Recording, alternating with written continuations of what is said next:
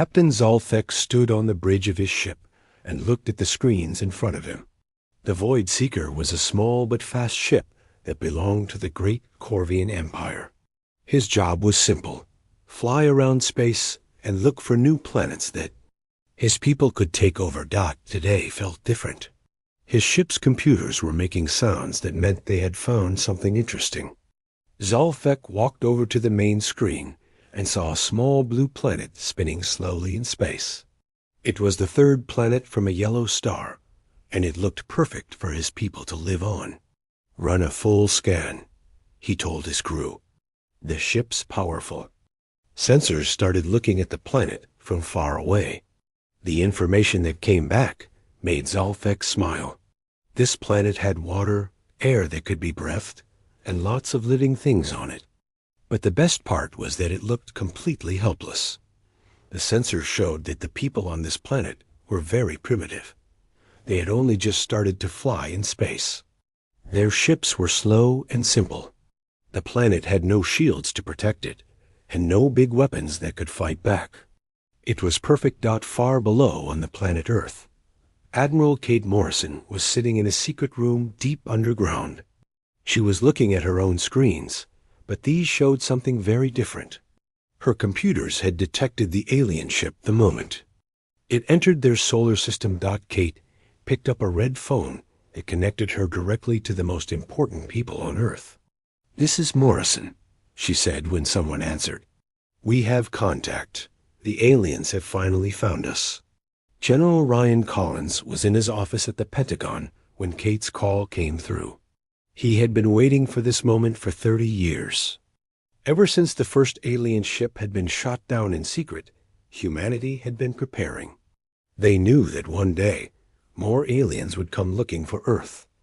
"How long do we have?" Ryan asked Kate. "Based on their technology, they will need about 3 months to bring a full attack fleet here," Kate replied. "But we are ready. Everything has been prepared just like we planned." Ryan smiled. The aliens thought Earth was weak and helpless. They had no idea what humans had been building in secret. For 30 years, Earth's smartest people had been working on weapons and defenses that no alien had ever seen before. Dr. Lisa Parker was in her laboratory, buried deep under the Nevada desert. Her computer screen lit up with an urgent message from Admiral Morrison. The message was short. Code red. All systems go. Lisa had spent 20 years of her life working on the Prometheus Defense Project. It was the biggest secret on Earth. The project had built weapons so powerful that they could destroy entire fleets of alien ships. But the aliens didn't know these weapons existed because they were hidden so well. Lisa started typing commands into her computer. All across Earth, secret facilities began to wake up. Underground bases that looked like empty fields started preparing their weapons. Fake buildings that looked like normal factories began charging their energy systems. Even the moon had secret bases that were getting ready for war. Commander Jake Sullivan was on a space station that no alien had ever seen. The Aurora station was completely invisible to alien sensors. It floated in space between Earth and Mars, waiting for the day when it would be needed. Jake looked at his crew. These were the best pilots and soldiers that Earth had ever trained. They had practiced for this moment thousands of times. Every person on the station knew exactly what to do when the aliens came. "Sir," said one of his officers, "we're getting the activation signal from Earth Command." Jake nodded. "Begin final preparations. Check all weapons and make sure our stealth systems are working perfectly. When those aliens arrive, they're going to get the biggest surprise of their lives." Back on the alien ship, Captain Zolfek was sending his report to the Corvian Empire's main fleet. He told them about the beautiful blue planet that would be easy to conquer. He described how the humans had weak technology and no way to fight back. The message traveled through space at incredible speed. When it reached the Empire's home world, the military leaders were very excited. They had been looking for new planets to add to their empire, And this one sounded perfect. Grand Admiral Vextar was the most powerful military leader in the Corvian Empire. When he read the report about Earth, he laughed out loud. "These humans will surrender the moment they see our ships," he told his officers. "We won't even need to fire a shot." Vextar ordered his best ships to prepare for the invasion. He chose 200 of the Empire's most powerful warships. Each ship was bigger than a city and carried weapons that could destroy mountains. The Grand Admiral was sure that the humans would be so scared when they saw this fleet that they would give up immediately. President Helen Carter was in a meeting with world leaders when she got the call about the alien discovery. She looked calm, but inside she was nervous. For 30 years, every country on Earth had been working together to prepare for this day. They had kept it secret from their own people because they didn't want to cause panic. "How ready are we?" asked the President of Russia. "As ready as we can be," Helen replied. "Our scientists say our technology is better than anything the aliens have. But we won't know for sure until they get here." The world leaders agreed to continue hiding the truth from the public. People on Earth would keep living normal lives, not knowing that aliens were coming to invade their planet. Only a few thousand people knew the real truth about what was going to happen. Colonel Sam Mitchell was responsible for making sure the aliens couldn't detect Earth's real defenses. For decades, he had been placing fake equipment around the solar system. Old satellites had been modified to hide powerful weapons. Space junk was really secret sensors that watched for alien ships.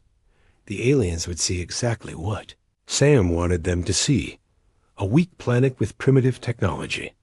They would never suspect that humans had weapons more advanced than anything in their empire. As the days passed, both sides prepared for what was coming. The aliens gathered their fleet and made plans for an easy victory.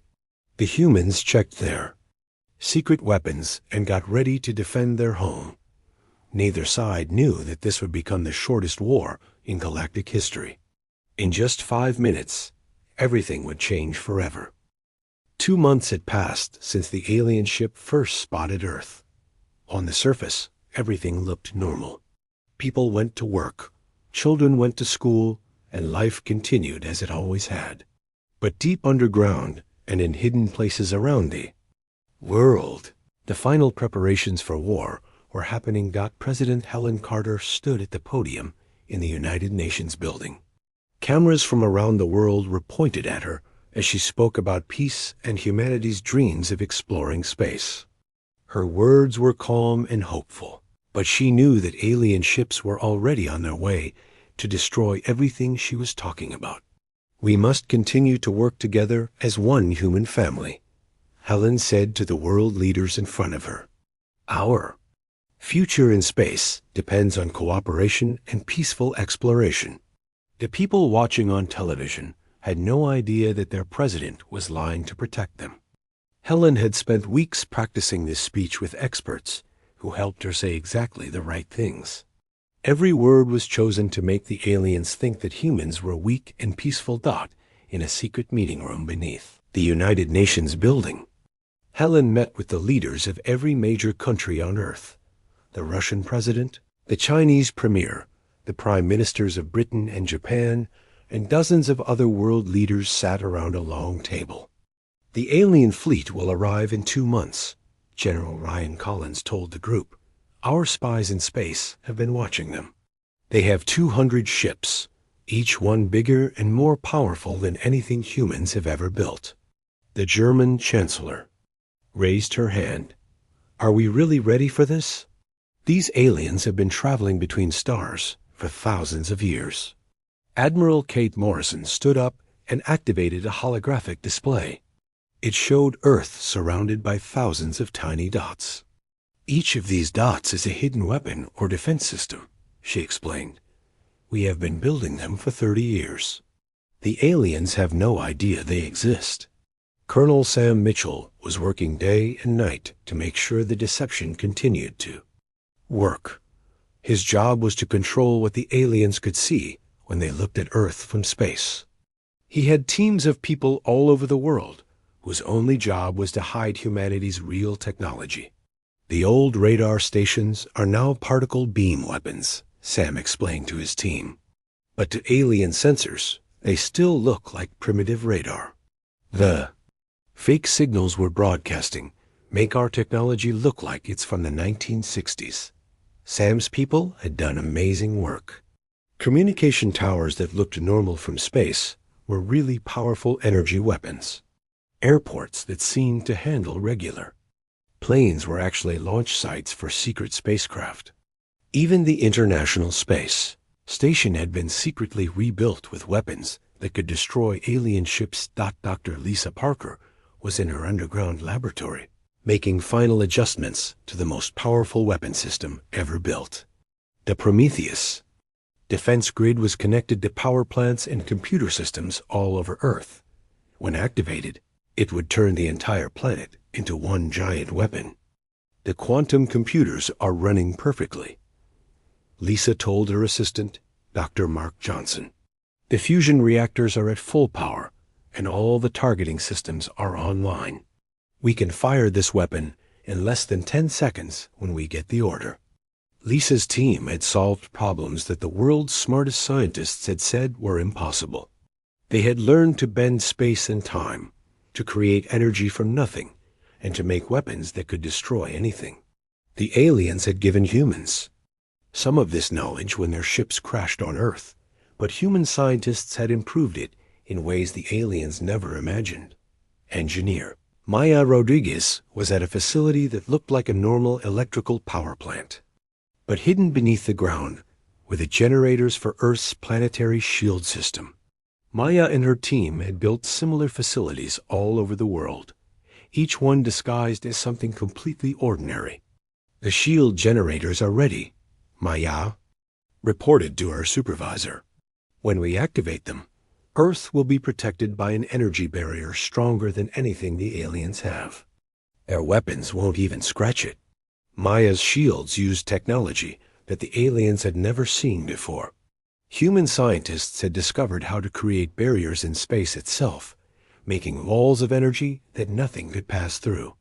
The aliens would fire their most powerful weapons at these shields and watch in shock as nothing happened.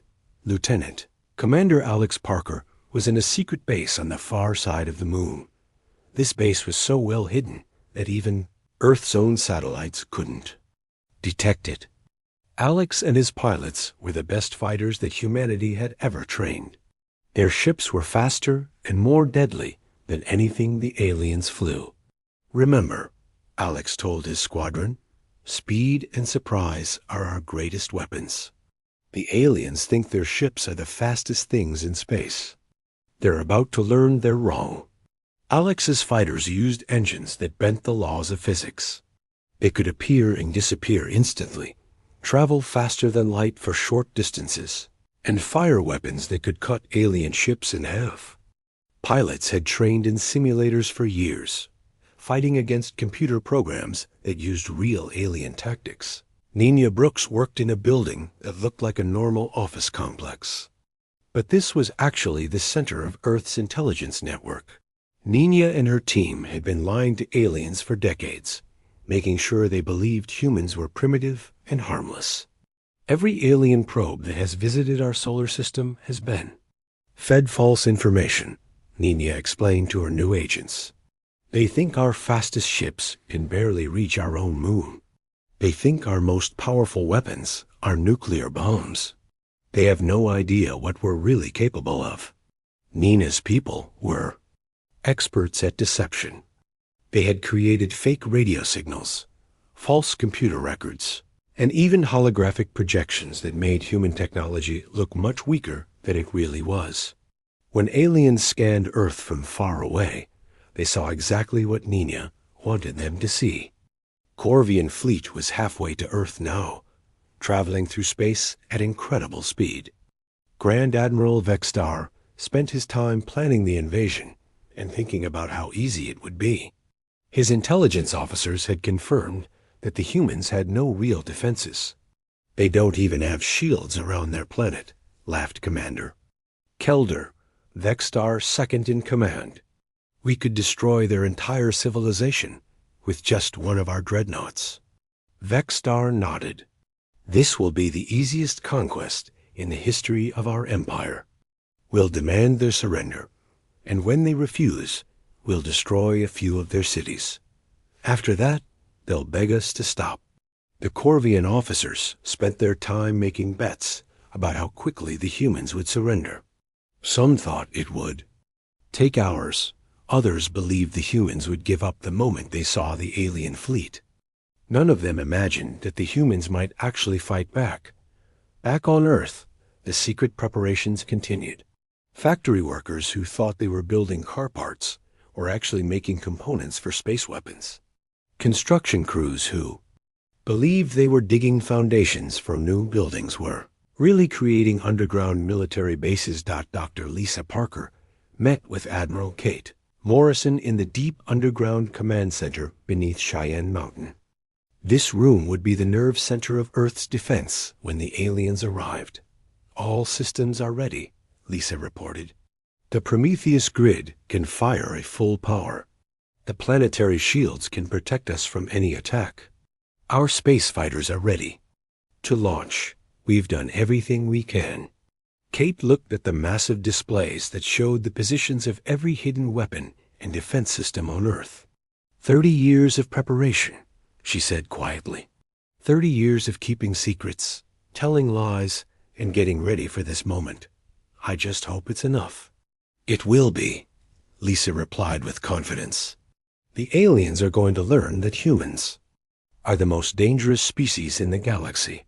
They just don't know it yet. As the alien fleet continued its journey toward Earth, both sides were confident they would win. The aliens expected an easy victory over a primitive species. The humans knew they had weapons and defenses that would shock the galaxy.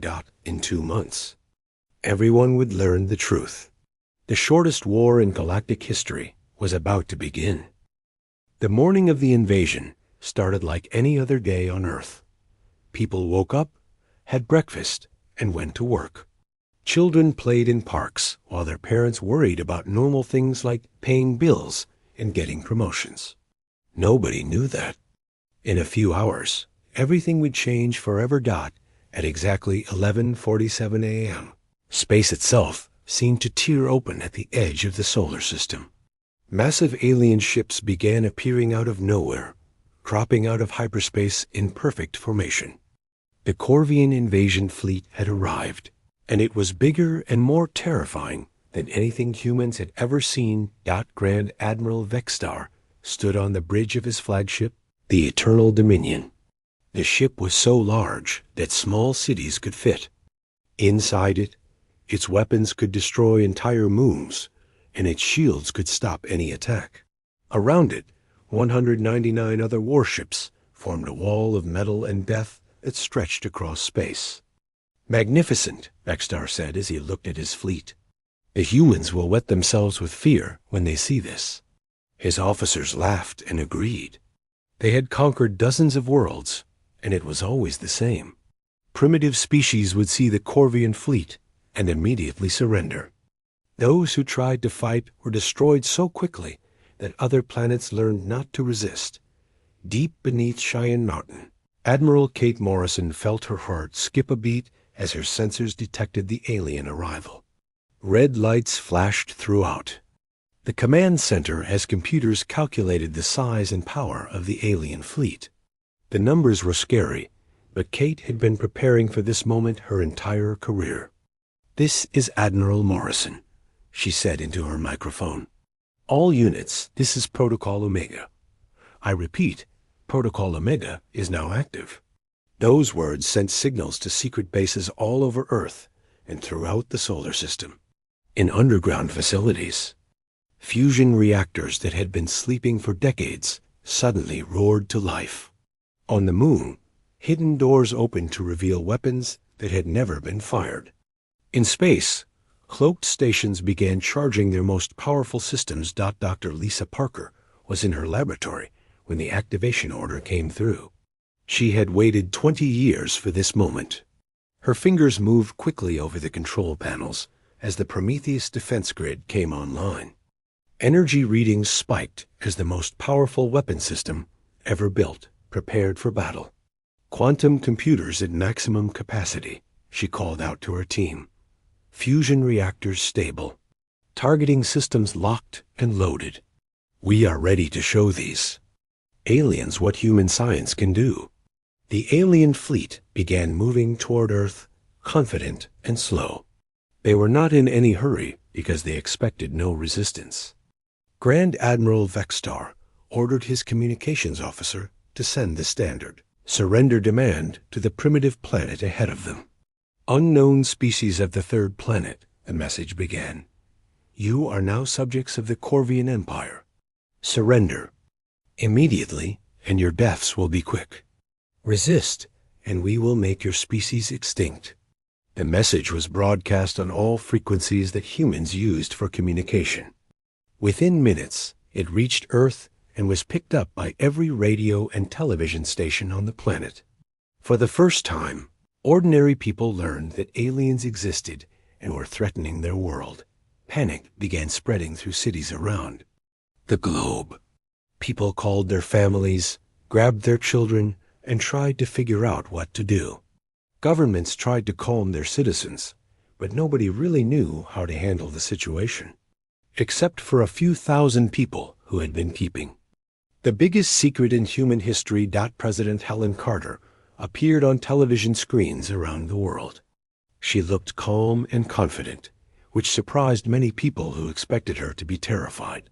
"My fellow humans," she began, "what you are seeing and hearing is real. An alien fleet has arrived at our solar system and is threatening our world. But I want you to know that we are not helpless. For 30 years, we have been preparing for this day."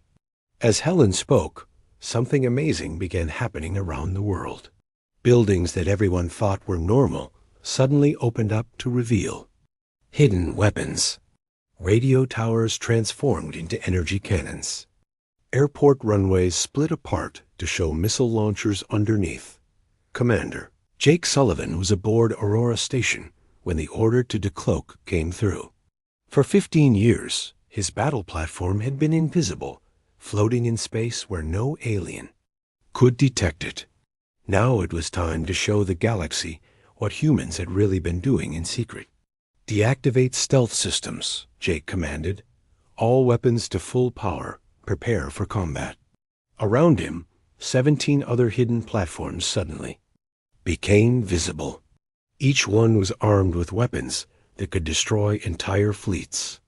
The aliens had been surrounded from the moment they entered the solar system, and they didn't even know it. Grand Admiral Vextar was reviewing his battle plans when his sensor officer made a sound of confusion. "Sir," the officer said, "I'm detecting some unusual readings from the human planet." Vextar looked at his screens and frowned. What he saw didn't make sense. The planet that had appeared helpless was suddenly showing massive energy readings. Weapons were appearing everywhere, and there were ships in space that his sensors had never detected before. "That's impossible," Vextar said. "Run a full scan again. There must be an error." But there was no error. Earth's true defenses were revealing themselves for the first time in 30 years. The Corvian Empire was about to learn that they had made the biggest mistake in their history. Captain Tony Wells commanded the destroyer Silent Thunder, one of dozens of ships that had been tracking the alien fleet since it entered the solar system. His ship was built using technology that the aliens had never seen before. It could appear and disappear instantly, fire weapons that bent space itself, and move faster than anything the Corvians flew. "Target the lead ship," Tony ordered. His weapons officer, "Lock quantum torpedoes on their bridge. Wait for my command to fire." Around him, other human ships were taking similar positions. The aliens thought they were the hunters, but they were actually the prey. Humans had learned patience from watching predators on Earth, and now they were about to use that lesson in space. The alien fleet continued moving toward Earth, but their confidence was beginning to crack. Sensor readings showed that the planet was not as defenseless as they had believed. Energy signatures were appearing everywhere, and some of them were stronger than anything in the Corvian Empire. "Should we slow down, sir?" asked Commander Kelder. "Grand." Admiral Vexstar shook his head. "No, these humans are trying to trick us with fake energy readings. Continue toward the planet. When we get closer, we'll show them what real power looks like." But the readings were not fake. Earth's planetary defense grid was charging up, preparing to fire weapons that could be seen from other star systems. Hidden bases on the moon were ready to launch fighters that could outfly anything the aliens had. Secret installations throughout the solar system were preparing for the shortest and most decisive battle in galactic history. Admiral Kate Morrison opened a communication channel to the alien fleet. Her voice was calm and professional as she delivered humanity's response to their surrender demand. "This is Earth Defense Command," she said. "You have entered our solar system without permission and threatened our world. You have 30 seconds to turn around and leave. If you do not comply, we will defend ourselves with all necessary force." Grand Admiral Vexstar laughed when he heard the message. "They're bluffing," he told his officers. "A primitive species trying to scare us with big words. Continue the attack. We'll show them what happens when you threaten the Corvian Empire." But some of his officers were not so sure. The sensor readings were getting stronger, and their computers were detecting technology that they didn't recognize. A few of the younger officers suggested that maybe they should be more careful. "Sir," said Lieutenant Zormax, "these energy readings are unlike anything we've seen before." "Maybe we should—" "Silence," Vexstar shouted. "We are the Corvian Empire. We have conquered 1,000 worlds. We will not be stopped by a species that just learned to fly in space." The 30 seconds that Admiral Morrison had given them were almost up. On Earth, every weapon system was ready to fire. On the moon, fighter squadrons were prepared to launch. In space, cloaked battle platforms were locked onto their targets. The aliens had one last chance to leave peacefully. But Grand Admiral Vexstar was too proud and too confident to take it. He ordered his fleet to prepare for bombardment, planning to destroy a few human cities to show his power. He had no idea that he was about to start the shortest war in galactic history. In just 5 minutes, the Corvian Empire would learn that humans were the most dangerous species they had ever encountered. The clock on Admiral Kate Morrison's command center read exactly 12 p.m. when Grand Admiral Vexstar made the worst decision of his life. Standing on the bridge of his massive flagship, the alien commander looked at Earth and saw what he thought was a helpless planet full of primitive creatures. "Fire all weapons," Vexstar commanded. "Destroy their largest cities. Show these humans what happens when they dare to threaten the Corvian Empire." The alien fleet powered up their massive guns. Energy began building in weapon systems that could turn mountains into dust. Across 200 ships, cannons that had destroyed countless worlds prepared to fire on Earth. The aliens expected to see cities burning and humans screaming in terror. They got something very different. At 12:01 p.m., Earth revealed its true face. Planet's surface suddenly erupted with light as thousands of hidden weapons fired at the same time. What the aliens had thought were radio towers and communication dishes were actually particle beam cannons more powerful than anything in their empire. Buildings that looked like ordinary factories opened up to reveal energy weapons that could cut through alien shields like paper. Dr. Lisa Parker pressed the activation button for the Prometheus defense grid. "Fire!" she shouted. Across Earth, fusion reactors that had been hidden for 30 years sent incredible amounts of power to weapons. That bent the laws of physics. Beams of pure energy shot up from the planet's surface, moving so fast that light seemed slow in comparison. These beams hit the alien ships before the Corvians even knew they had been fired. The first wave of Earth's attack destroyed 50 alien ships in the first 10 seconds. The massive vessels that had seemed so threatening simply vanished, turned into clouds of glowing gas by weapons they never saw coming. Grand Admiral Vextar stared at his screens in shock. "What just happened?" he yelled. "How did they—" His question was interrupted by another surprise. The moon, which the aliens had ignored because it looked like a dead rock, suddenly came alive.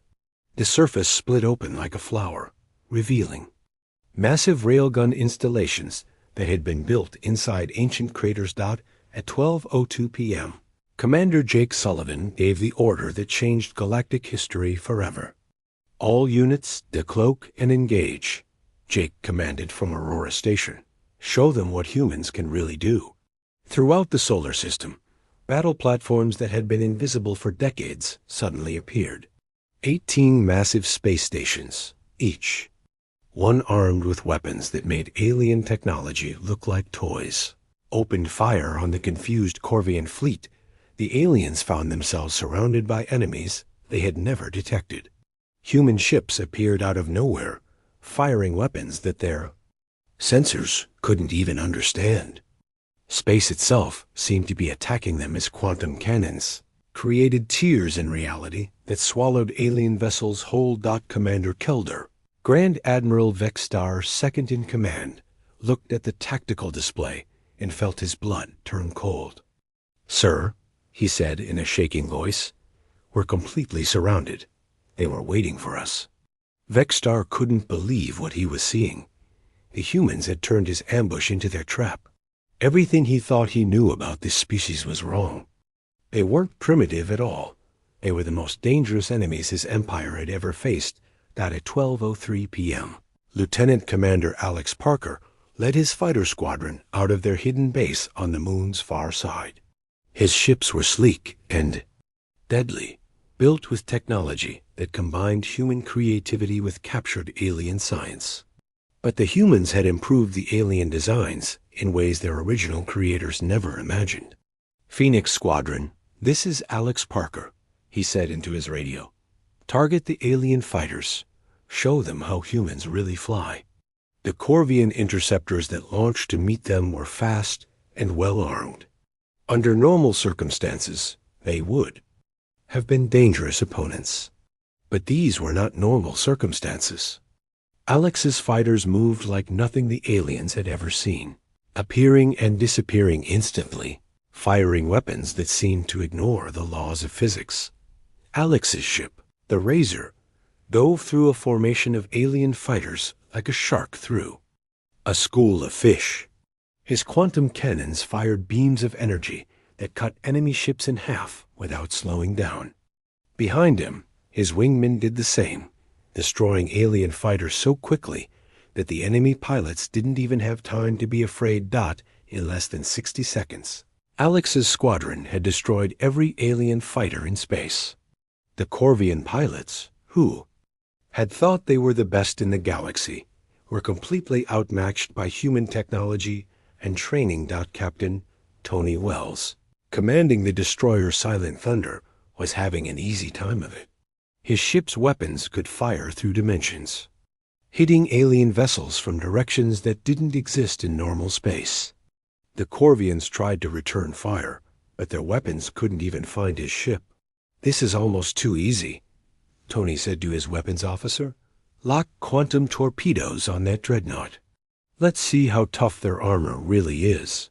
The torpedoes that fired from Silent Thunder didn't travel through normal space.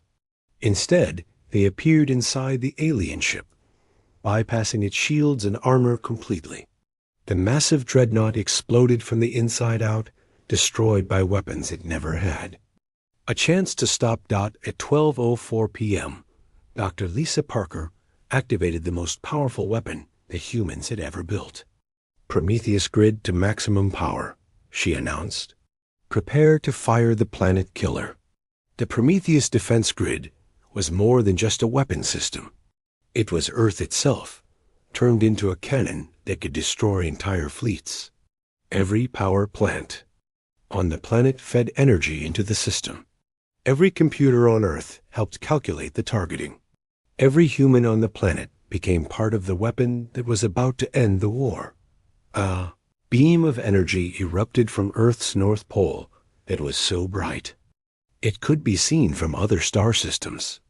This beam was made of forces that the aliens didn't even have names for. It moved faster than light, bent space around itself, and carried enough power to destroy small moons. The beam hit Grand Admiral Vextar's flagship directly, the Eternal. Dominion, which had been the pride of the Corvian Empire, simply ceased to exist. Along with it, 20 other ships that had been too close to the flagship were vaporized instantly. Vextar himself was thrown from his command chair as his ship began to break apart around him. Emergency systems screamed warnings that no one could hear over the sound of metal tearing apart. The Grand Admiral, who had started this battle expecting an easy victory, found himself floating in space, watching his fleet being destroyed by enemies he had completely underestimated. At 12:05 p.m., exactly 5 minutes after the battle began, it was over. Of the 200 ships that had entered Earth's solar system, only 3 heavily damaged vessels remained. These ships were running away as fast as they could, their crews too terrified to fight anymore. The proud Corvian invasion fleet had been completely destroyed by a species they had thought was primitive and helpless. Captain Nina Brooks opened communication channels to broadcast a message that would be heard across the galaxy. Her voice was calm and professional, but her words carried a warning that would make every alien species think twice before threatening Earth. "This is Earth Defense Command," Nina said. "To any species listening to this transmission, know that Earth is under the protection of humanity. We are not the weak, primitive species you may have heard about. We are prepared to defend ourselves against any threat. Any future attacks on our world or our people will be met with overwhelming force."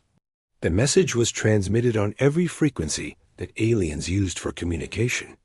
Within hours, it would reach every corner of the galaxy, carried by the few Corvian survivors who had witnessed the impossible. Admiral Kate Morrison looked at the tactical display and allowed herself a small smile. 30 years of planning, 30 years of building weapons in secret, 30 years of letting aliens think. Humans were weak. All of it had led to this moment. "Stand down from combat alert," she ordered. "Begin rescue operations for any survivors. And send a message to all world leaders. Tell them the secret is out. From now on, humanity takes its rightful place in the galaxy." The 5-minute war was over, but its effects would last forever. The galaxy would never be the same again. 1 week after the 5-minute war that changed everything, the galaxy was still trying to understand what had happened. News of the Corvian Empire's devastating defeat spread faster than light itself, carried by traders, diplomats, and refugees, who could barely believe the reports they were hearing.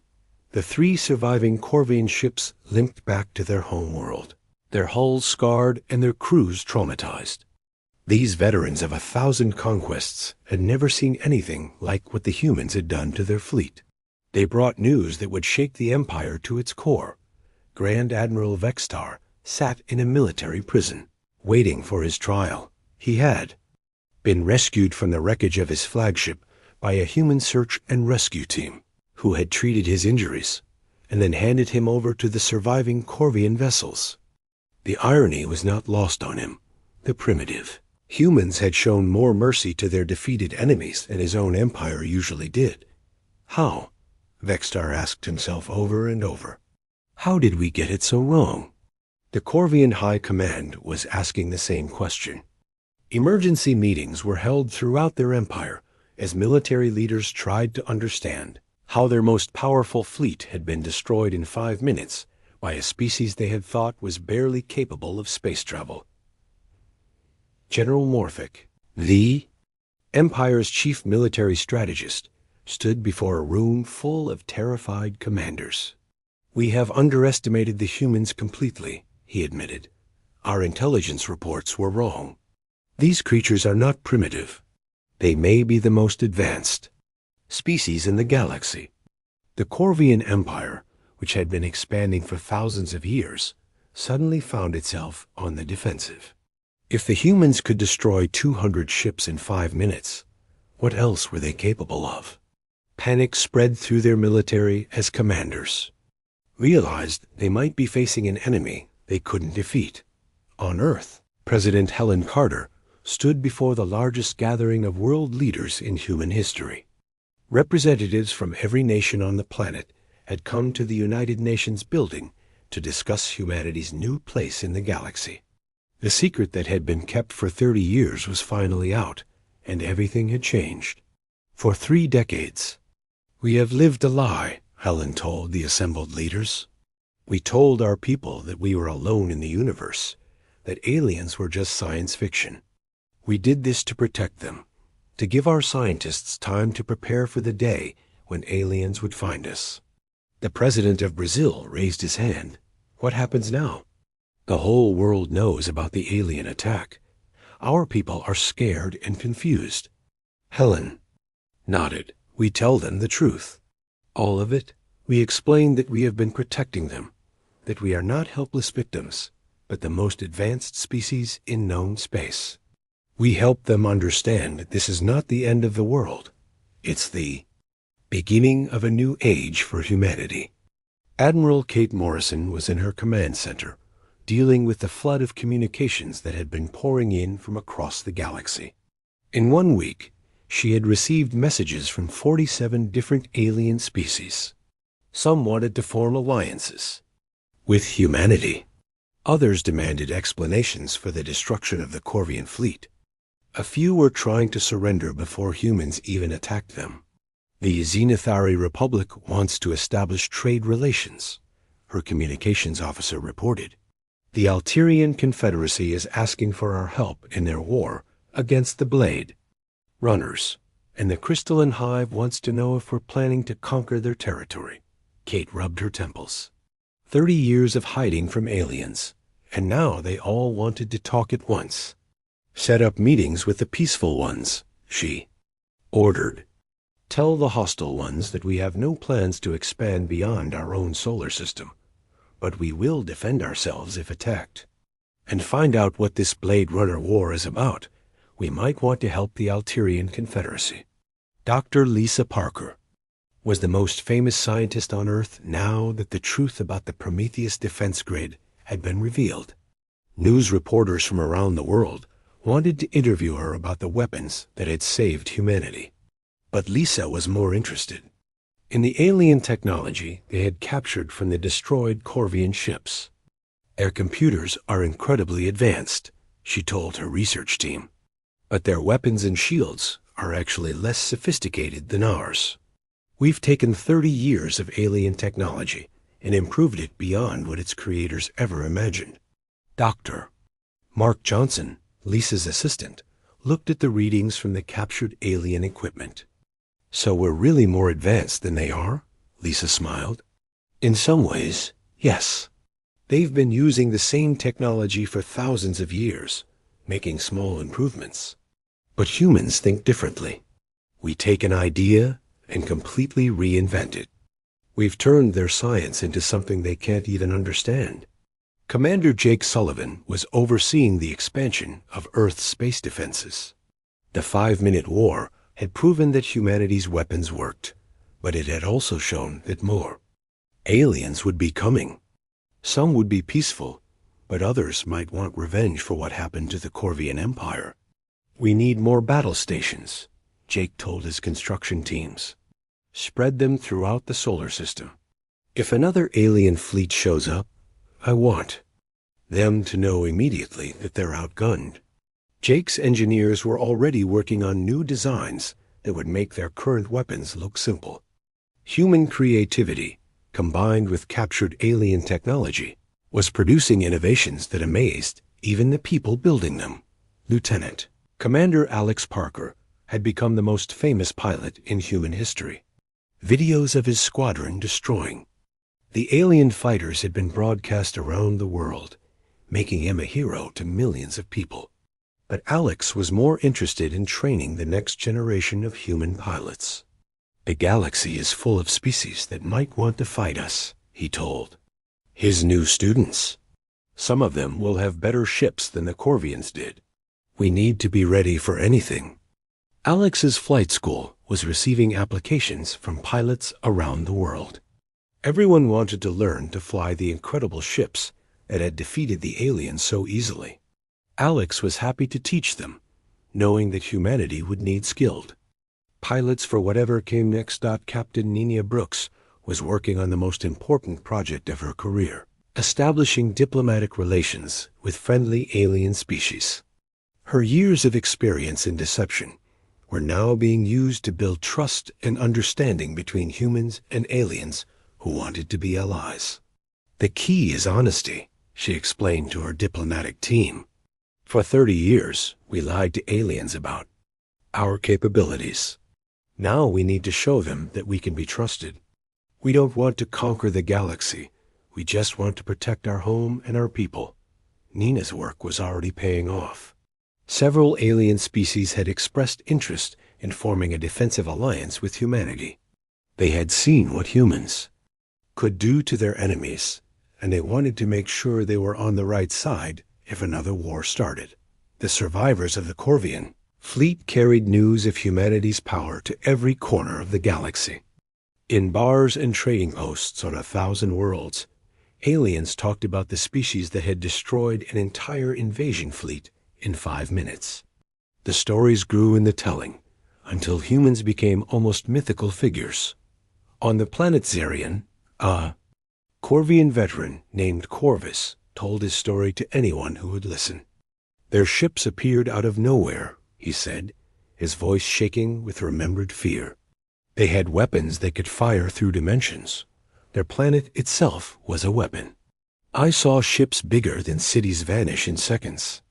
The other aliens in the bar listened with wide eyes. Some didn't believe the story, but others had heard similar tales from the few Corvian survivors. Word was spreading that humanity was not to be trifled with. Back on Earth, ordinary people were slowly adjusting to the new reality. Children played games where they pretended to be space pilots fighting alien invaders. Adults watched the news. Every day, learning about the incredible technology their governments had been building in secret. Many people were angry that they had been lied to for so long, but most understood why the secrecy had been necessary. If the public had known about aliens, there would have been panic and chaos. The careful preparation that saved Earth would have been impossible. President Helen Carter appeared on television again, this time to announce humanity's new space program. "We are no longer hiding," she said. "Humanity will take its place among the stars. We will explore, we will trade, and we will make friends with peaceful aliens. But we will also be ready to defend ourselves against any threat."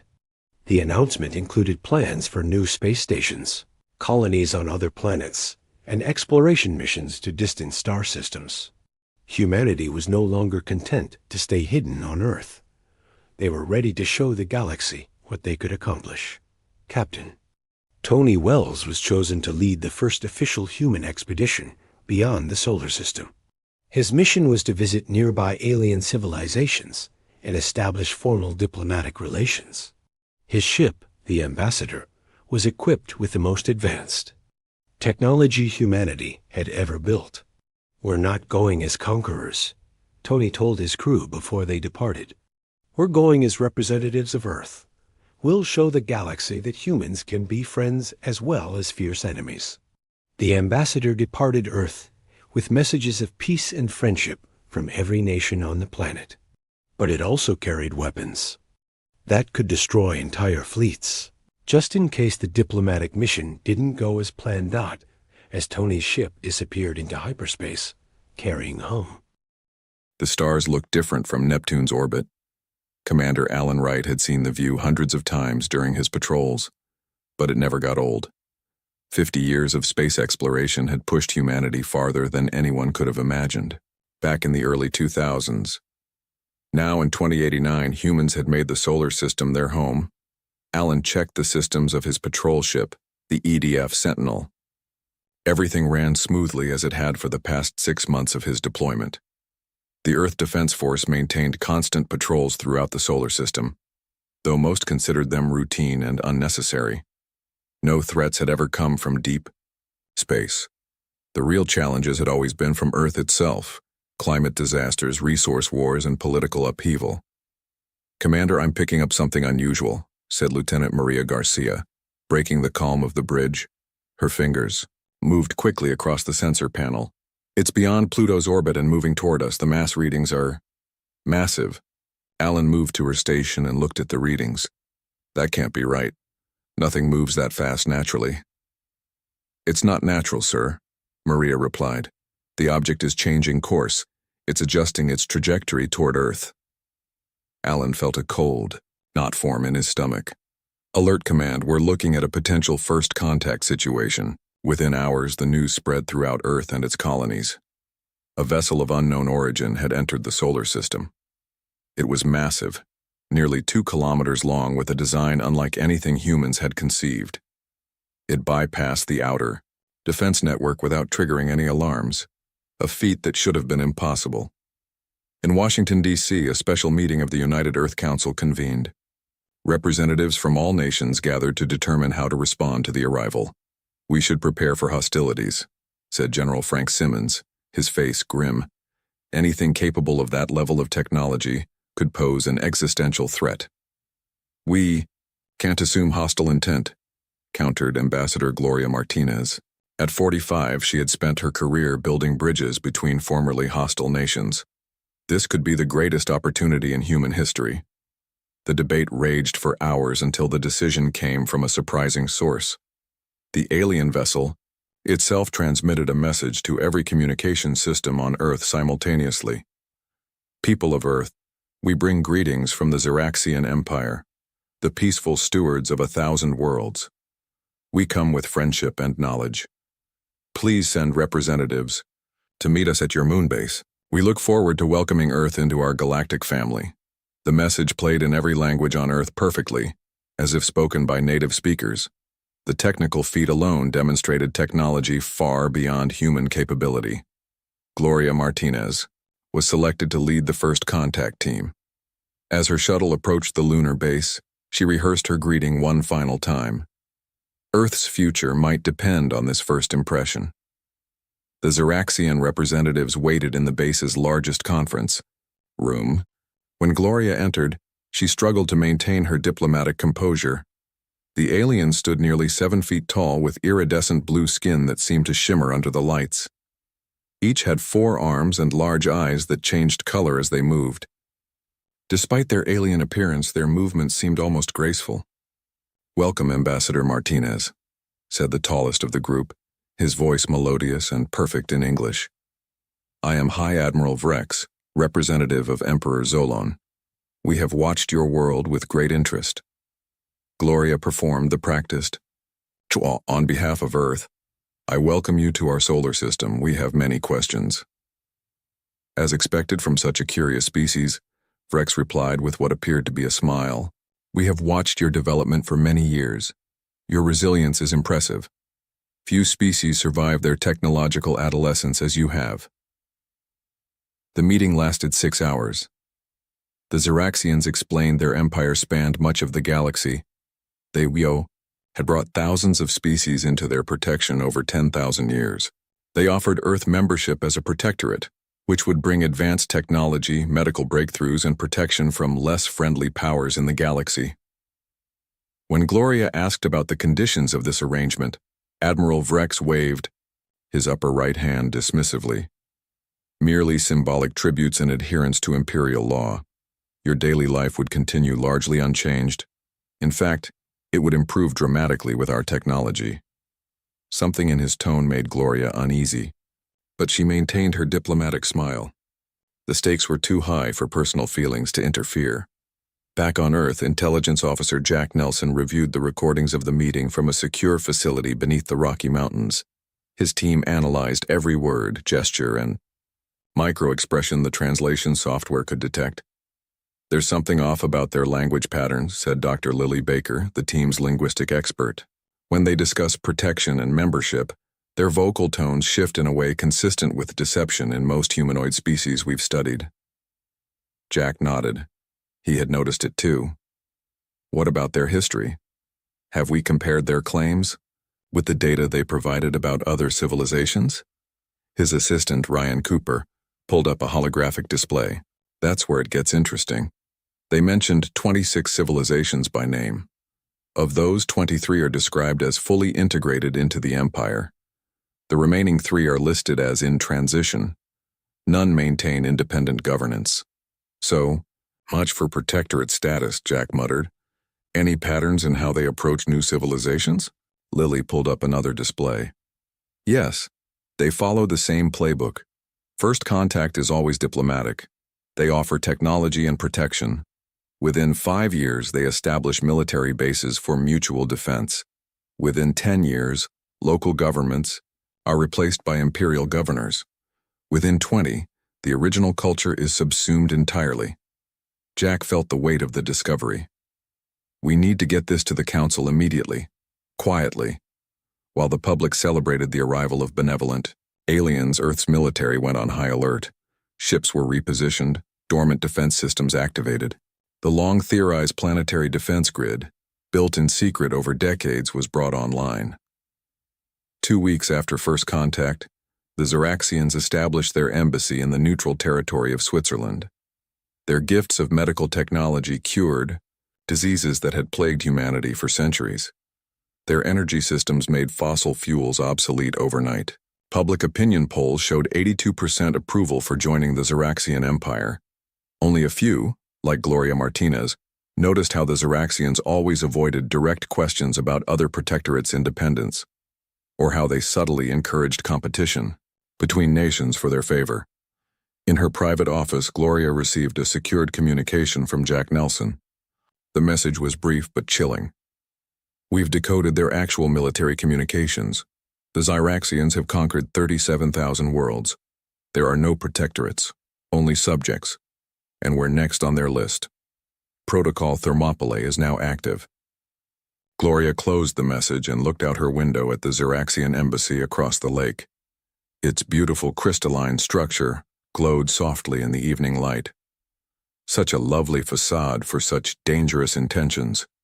Humanity had faced extinction before, from itself, from nature, from cosmic accidents, but never from an outside intelligence with clear intent.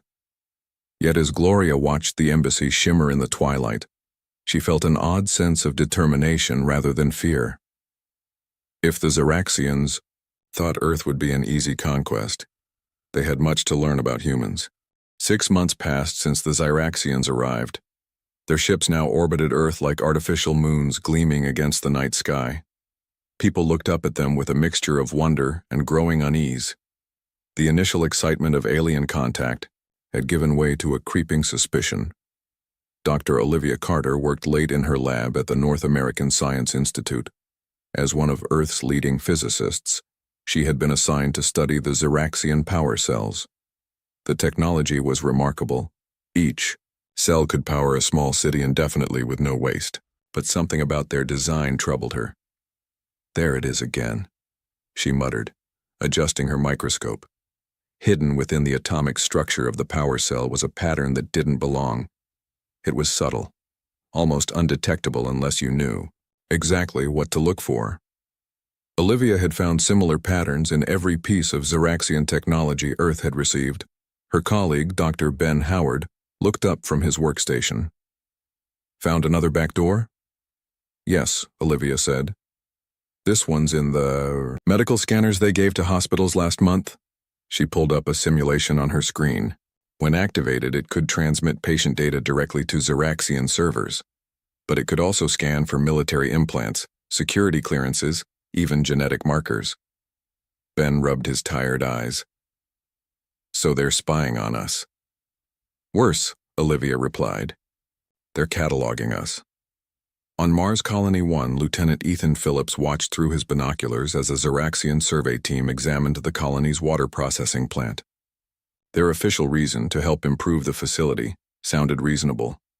But this was the third critical infrastructure site they had visited this week. "They're mapping everything," whispered Sergeant Andy Miller, crouched beside him. "Defense, systems, power stations, water supplies," Ethan nodded. "And always the same questions: population numbers, resource consumption, military response protocols." He lowered his binoculars. "They're not planning to help us. They're planning to control us." The two men carefully backed away from their observation point. They had to get their findings to Earth without the Zeraxians noticing. The aliens monitored all official communications, but Earth had established secret channels using old radio technology the Zeraxians considered too primitive to bother monitoring. That night, Ethan sent his report using a restored 20th century ham radio set. His message was clear. The Zeraxians were conducting military reconnaissance disguised as cultural exchange. In Washington, D.C., diplomat Susan Blackwell sat across from Assistant Ambassador Crusade, one of the smaller Zeraxians who handled day-to-day relations with Earth governments. Susan had noticed a disturbing pattern in recent negotiations.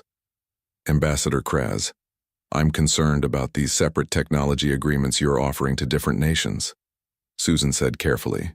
The United Earth Council established that all Zeraxian technology would be shared equally.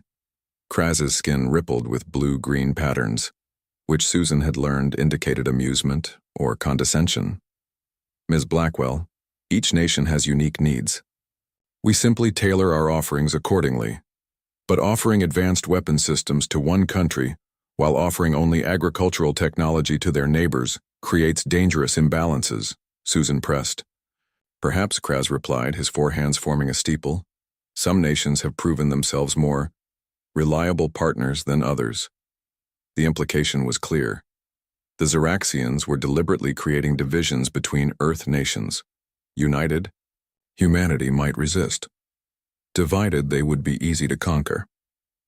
After the meeting, Susan went directly to her secure office and contacted Gloria Martinez. "They're using the oldest strategy in the book," she reported. "Divide and conquer." Gloria's face on the secure screen looked grim. "It's happening everywhere. They're exploiting old rivalries, offering exclusive technologies to create jealousy and suspicion between allies." "Have you seen the latest from the moon base?" Susan asked. Gloria nodded. 12 more Zeraxian ships arrived yesterday. They're not even pretending they're here for peaceful purposes anymore.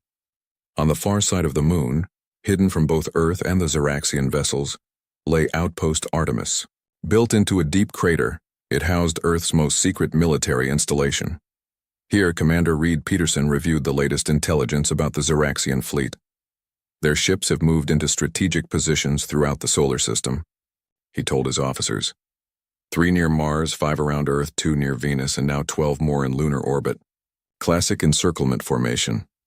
Captain Lisa Jordan studied the holographic display. Based on their positioning, they could hit every major Earth city simultaneously. No warning, no chance to evacuate. "What's their timeline?" asked Reed. "Intelligence. Suggests 2 weeks," Lisa replied. "They're waiting for their final reinforcements, what they call pacification ships." Reed's expression hardened. "Then we have 2 weeks to ready our response. Is Project Prometheus operational?"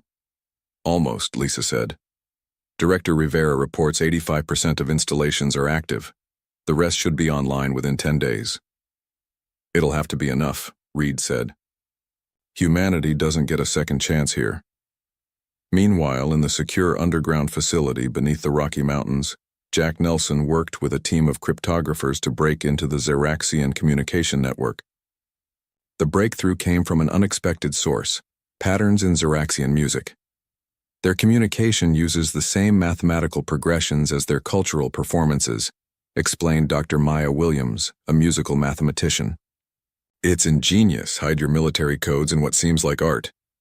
Jack watched as the decryption program finally broke through.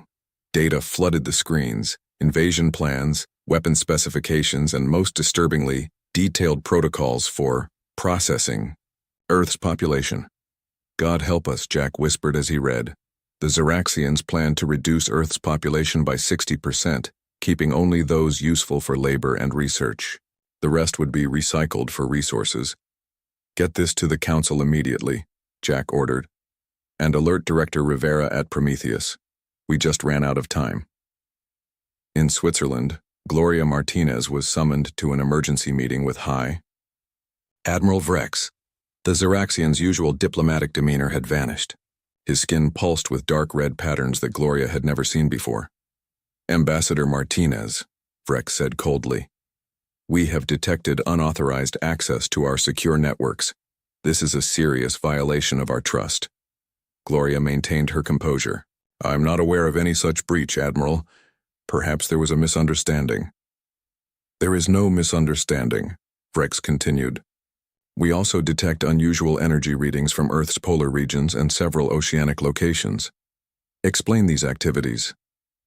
Earth has many research projects, Gloria replied evenly. I'm happy to provide information on any specific concerns. Vrex's eyes narrowed. The time for games is over, Ambassador. The Zeraxian Empire has been patient with your primitive species. That patience has limits. As Gloria left the meeting, she received an encrypted message on her secure device. The countdown had begun. Earth's leaders had enacted Protocol Thermopylae, the last resort defensive plan against alien invasion. In orbit, the Zeraxian ships began moving to attack positions.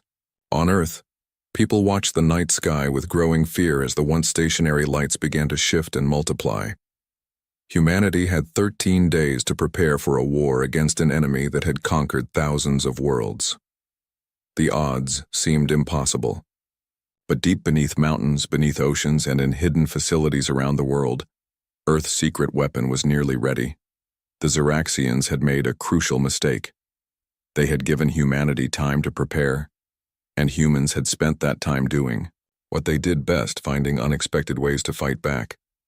Deep beneath the Colorado mountains, Director Samuel Rivera walked through the massive underground complex that housed Project Prometheus.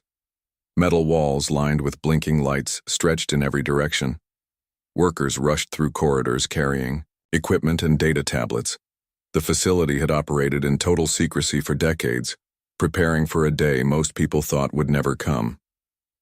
Status report, Samuel said as he entered the main control room. Giant screens covered the walls, showing installations around the world.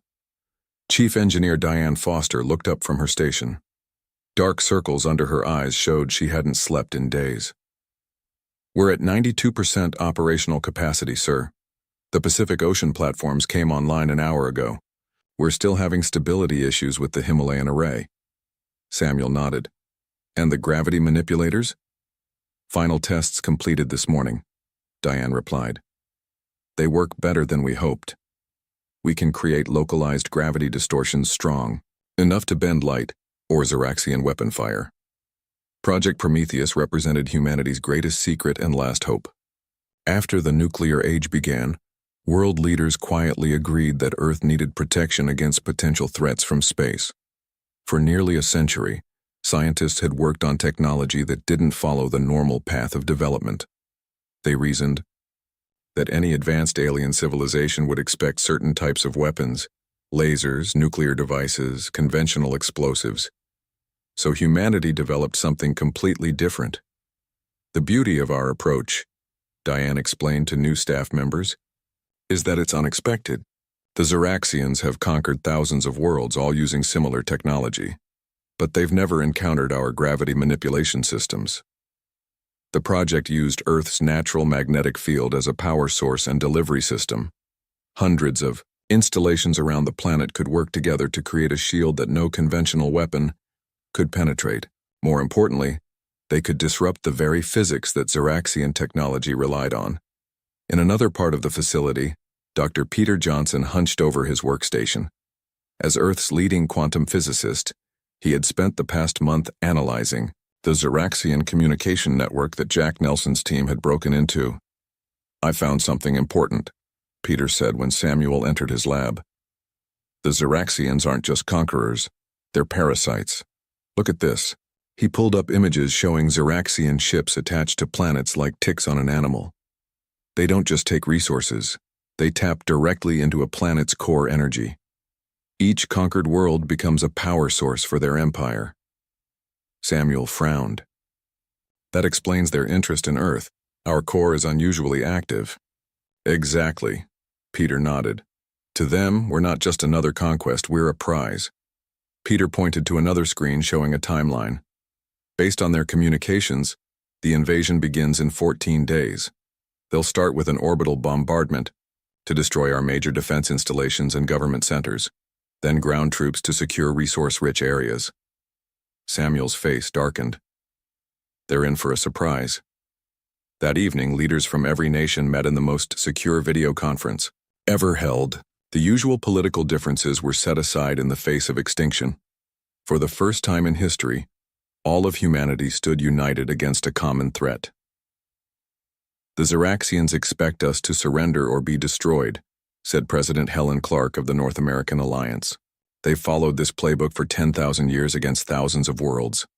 But none of those worlds were Earth, replied Premier Li Wei of the East Asian Cooperative. And none of those species were human. The leaders reviewed the final defensive plan. Project Prometheus would shield Earth from the initial attack. Meanwhile, specialized strike teams would target Zeraxian command ships. The goal wasn't to defeat their entire force, that would be impossible, but to make invasion so costly that the Zeraxians would be forced to negotiate. We only need to break their pattern, explained General Anthony Garcia. They've never faced real resistance. Even a partial defeat might shock them into reconsidering. As the meeting concluded, President Clark looked at each leader on her screen. Humanity has fought itself for millennia. Now we must fight together or die together. There is no middle ground.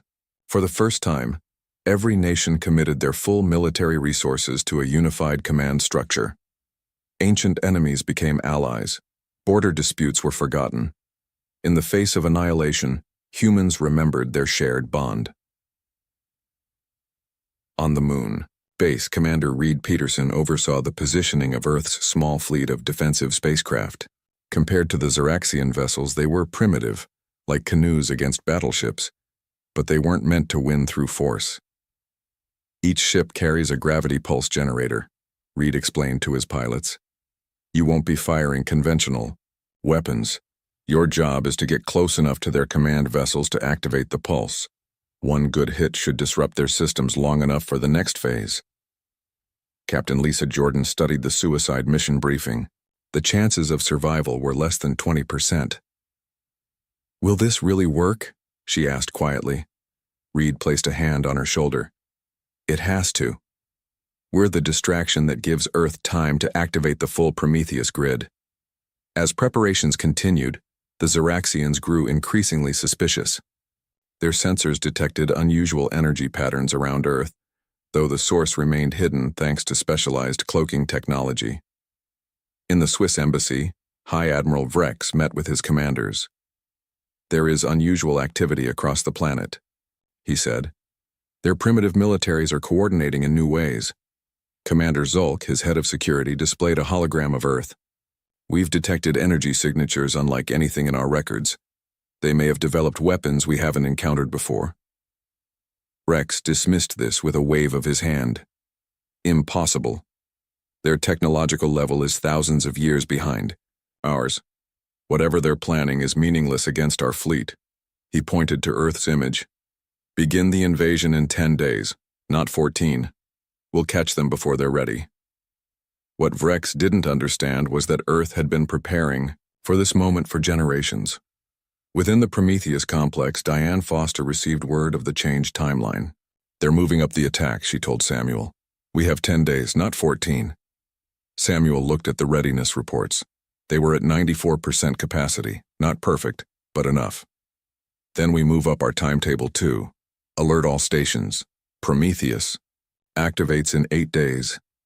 Diane nodded and sent the coded message that traveled through Earth's most secure channels to installations around the world. In hidden mountain bunkers beneath ocean floors and disguised as research stations, engineers and soldiers prepared to defend their planet. As night fell across North America, Samuel stepped outside the hidden entrance to the complex. He looked up at the stars now obscured by Zeraxian ships. Soon those ships would rain destruction down on Earth, or try to. "You picked the wrong planet," he whispered to the alien vessels above.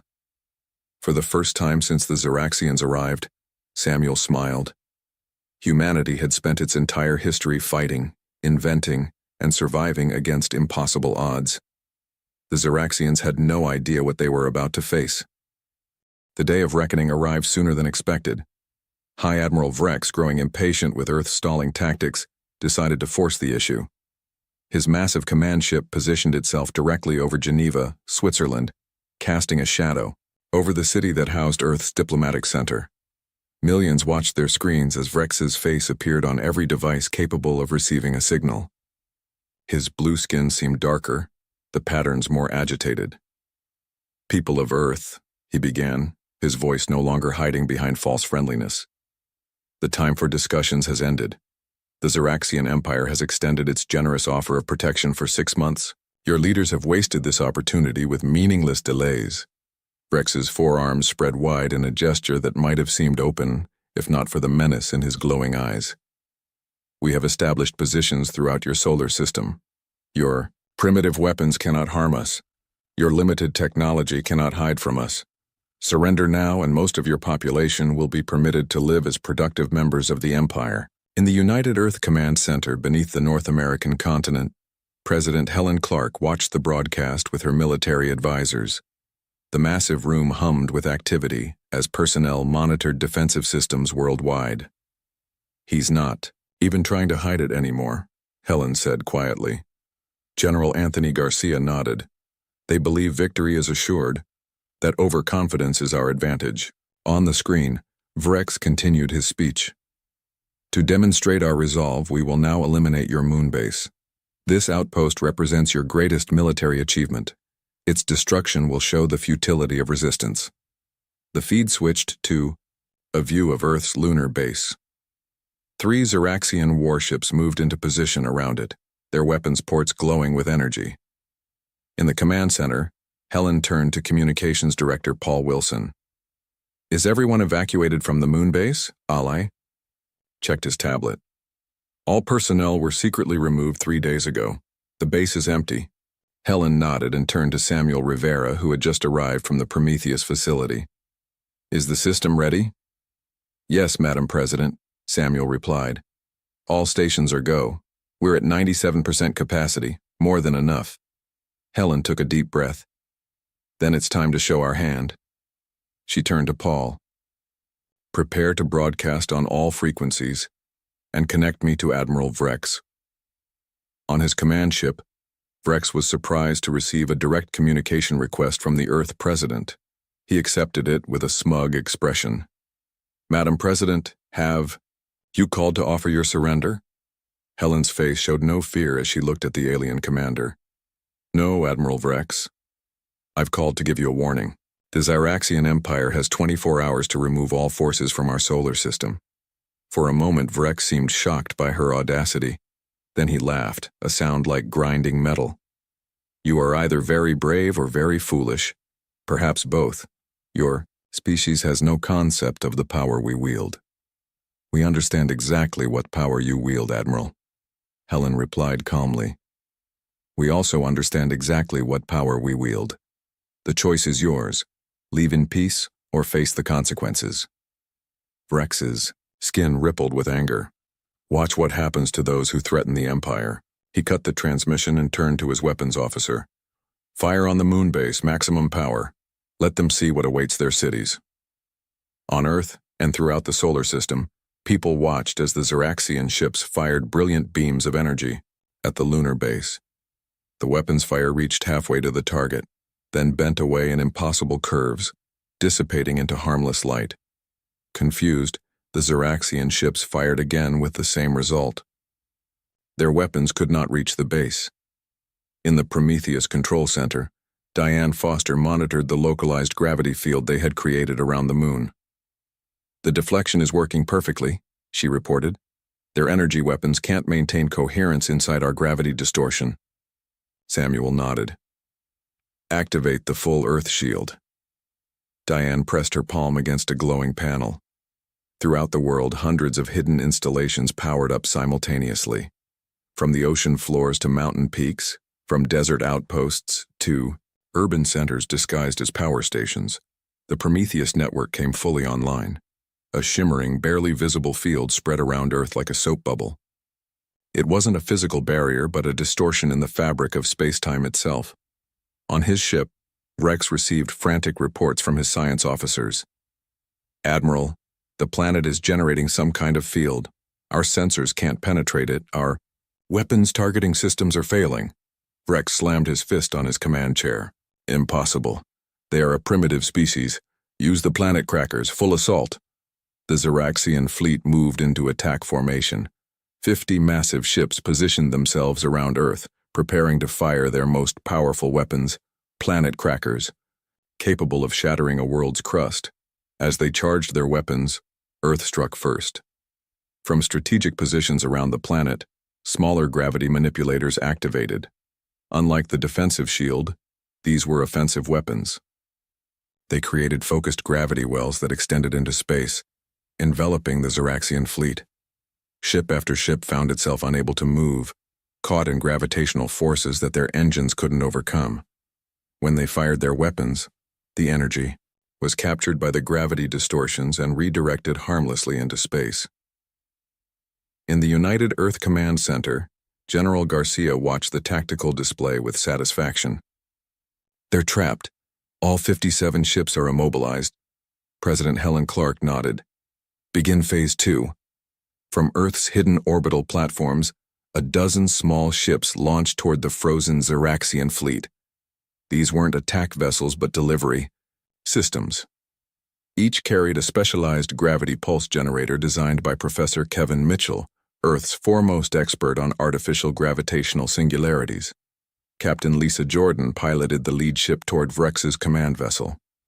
"Package delivery in 3 minutes," she reported back to command. Her small craft, barely visible against the blackness of space, approached the massive alien ship without resistance. Their weapons were useless, their sensors blinded by the gravity distortions. As Lisa's ship reached its target position, she activated the pulse generator and quickly retreated.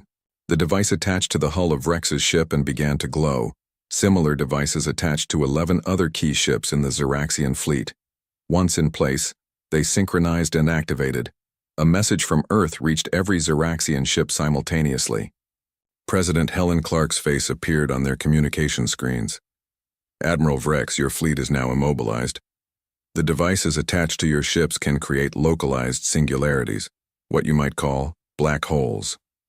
Small enough to consume your ships without damaging the surrounding space, but powerful enough that nothing, not even your advanced technology, can escape them."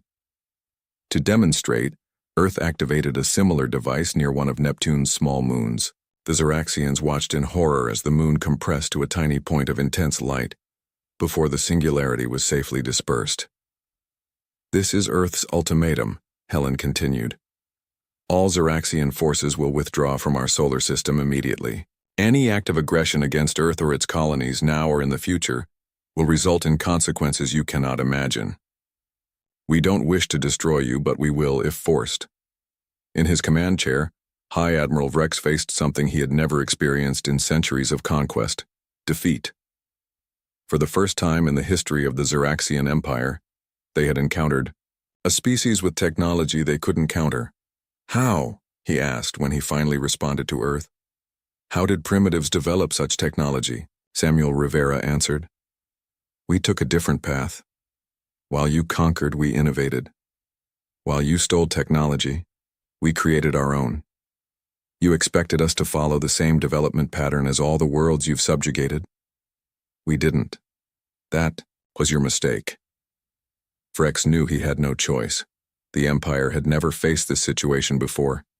There was no protocol for defeat. "We will withdraw," he said finally.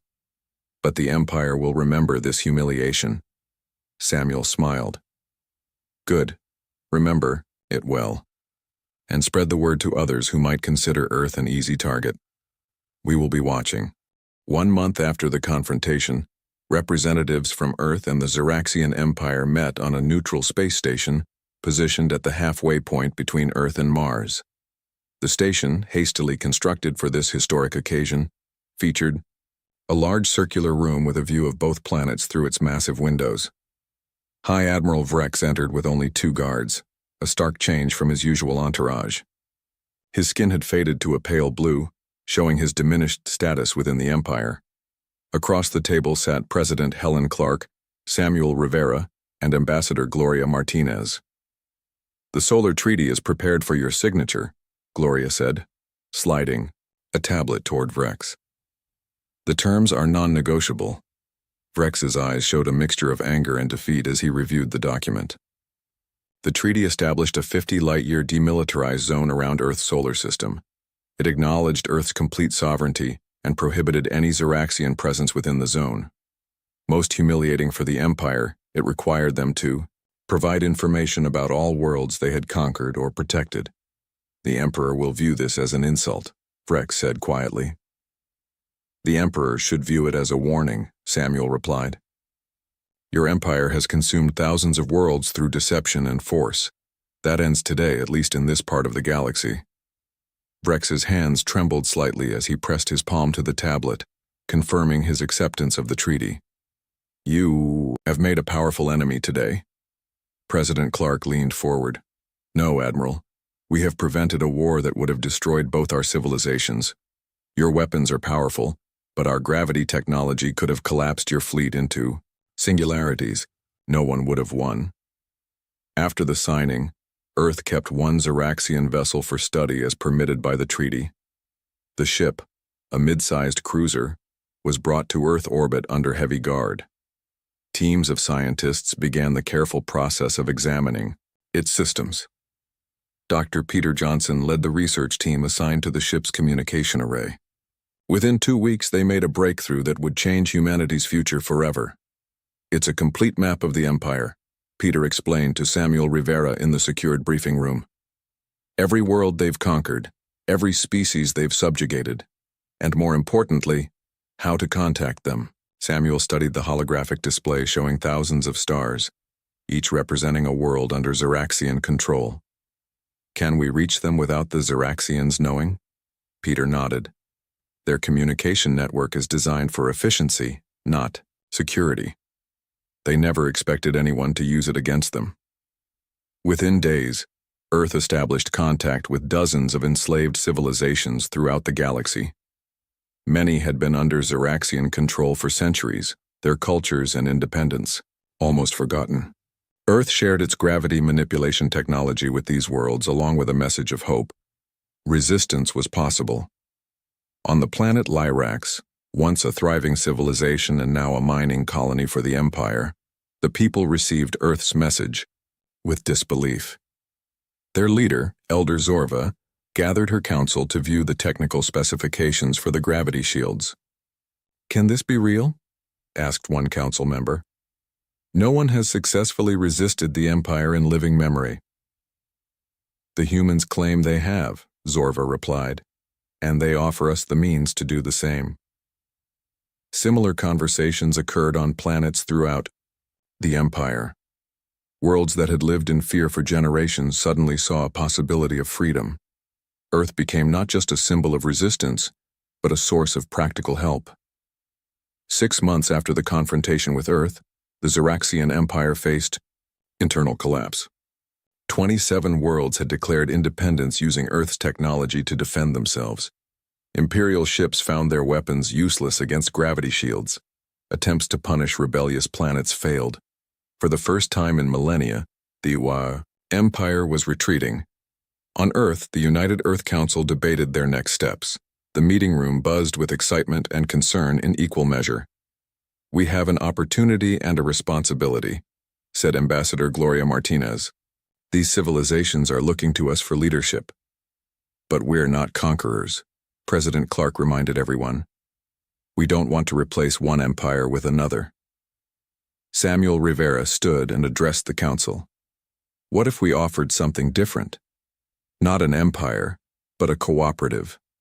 Equal partners working together for mutual benefit and protection." The idea resonated with the Council. Within weeks, Earth extended invitations to all liberated worlds to join what would become the Galactic Cooperative. Unlike the Zeraxian Empire, membership would be voluntary, with each world maintaining its independence while contributing to mutual defense and scientific advancement. As the cooperative took shape, Earth prepared to send its first true diplomatic mission beyond the solar system. A new ship, the EDS Harmony, was constructed using a combination of Earth and adapted Zeraxian technology. Captain Nicole Barnes, a veteran of Earth's defense forces, was chosen to command it. The day before the Harmony's departure, Nicole walked through the ship's corridors, inspecting final preparations. The crew consisted of scientists, diplomats, and defense personnel from nations around the world. For the first time, humans would venture beyond their solar system not as explorers, but as liberators and allies. Ambassador Gloria Martinez joined Nicole on the observation deck. Together they looked out at Earth, beautiful and blue against the blackness of space. "Does it seem strange to you?" Gloria asked. 6 months ago, we were fighting for our survival. Now we're helping reshape the galaxy. Nicole smiled. Humans have always been good at adapting. It's our greatest strength. The Zeraxians still control most of their empire, Gloria reminded her. This won't be easy or quick. No, Nicole agreed. But we've started something important. Those worlds have hope now. The next morning, dignitaries gathered to watch the Harmony's departure. As the ship's engines powered up, President Clark delivered a short message to its crew and to all of Earth. Today marks a new chapter in human history. We go not to conquer, but to connect. Not to rule, but to raise up. The stars are no longer just points of light to admire, but destinations to reach. The Zeraxian Empire thought Earth would be just another conquest. Instead, we became the catalyst for freedom throughout the galaxy. The Harmony rose smoothly from Earth's surface, its advanced engines leaving no fire or smoke, just a faint blue glow. As it accelerated beyond the atmosphere, cheers erupted from watching crowds around the world. In her office in Geneva, Gloria watched the ship disappear into the distance. On her desk sat the original first contact protocols the Zeraxians had presented 6 months earlier. She picked up the document and placed it in a box labeled Historical Archives. What had begun as a potential tragedy for Earth had transformed into humanity's greatest opportunity. The species that had spent millennia fighting itself had found unity in the face of external threat. Now that unity would help bring freedom to stars humans had only recently learned existed. The Zeraxian Empire's dream of conquest had been crushed by Earth's ultimatum. In its place, a new dream was taking shape, a galaxy where diversity was celebrated rather than subjugated, where cooperation replaced control, and where Earth stood not as a conqueror but as a catalyst for something better.